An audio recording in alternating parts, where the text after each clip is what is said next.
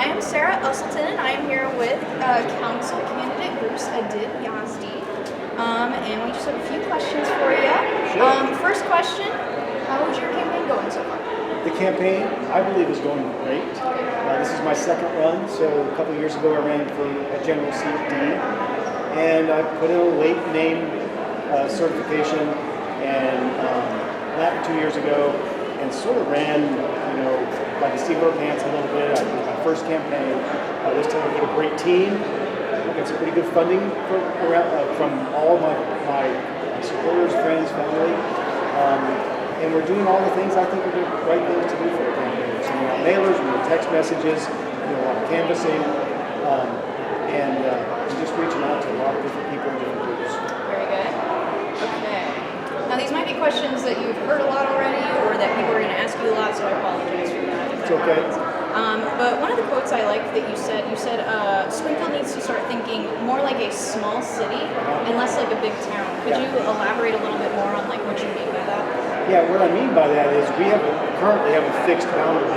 Okay, so ultimately there's a couple of reasons we need to think this way. One is we are a small city. We're 170,000 people, plus or minus a little bit, and we need to be thinking more about infrastructure, and we need to be thinking about a little bit higher density development, commercial and residential, because our needs are going to grow over time. And the only way to grow the additional funds for sales tax and property tax is to develop a little bit higher density.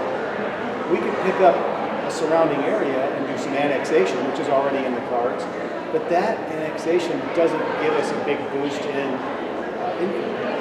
It basically pays for the fire and police and schools that we need to deal with, and so the sales tax is where we need to generate more income. And so some annexation of commercial properties is also part of that equation. But higher density, making use of underutilized properties, and really creating a more high-quality space for residents. Very good. Okay. So both you and Councilman Simpson have stated that addressing the housing crisis in Springfield is a priority. How would your approach to solving that problem differ from your opponent? How would it differ from my opponent? So we have several needs for housing, and they're at multiple levels and different price points. Again, we've got a fixed boundary, so we have to find ways to create a little bit higher density within the boundaries that we have. And we have to find ways to get housing that's attainable for people that need to afford it, and we need to have affordable housing, which is tax credit based. The attainable housing, I believe, is a coalition and a collaboration with several private entities. There's a couple of them already doing great work, and I feel like just fostering and incentivizing and helping them grow their portfolio of housing projects. The Lewis Foundation and the Blue House Project is one. The Valiant group here in Springfield has bought a bunch of really bad rental houses and has fixed them up, and they've sold some and they're renting some. The Elevate Lives organization, it's a nonprofit, they're doing one house at a time in smaller neighborhoods. But then we have to think about the affordable housing side, which is really subsidized tax credit type projects for low to moderate income. And for that, we're going to have to go to Jefferson City and maybe do some more advocacy for that. Sure. Okay. How do you feel your career in architecture and real estate development has prepared you for role on city council? I believe that this current moment in our city's history, we're at a pivotal moment in growth. I feel like we have a new comprehensive plan, and the fact that we're adopting a whole new zoning code, it's going to be completely different. It's going to be based on quality of place, not just building a building.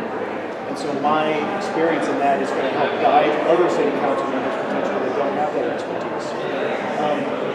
I also strongly believe that I have trained my entire career to be in this position, to fill this role. And I feel like it's been a destiny for me to get here. Very nice. Okay. So recently, over the past year or two, there's been a lot of debate between citizens, developers, and city council about rezoning properties for residential versus commercial use. Yeah. Do you have any ideas on how to find a good balance between rezoning for commercial and residential properties? Yes. So that's probably one of my top campaign elements. Are we saying we're good? Yeah. So it's probably one of my top campaign elements. I'm making sure that we need to look at neighborhoods and have them help generate their own individual 20-year long-range plans, just like the city's got one. That will help generate some certainty of development in and around neighborhoods. But then we also need a facilitator. We need somebody sitting down at the table with those organizations, with those developers, to facilitate a conversation between the two. What do they have in common? What do they want to accomplish? Where are their differences? And I want to fill that role when necessary. Well, thank you so much for your time. Yeah, thank you, Sarah.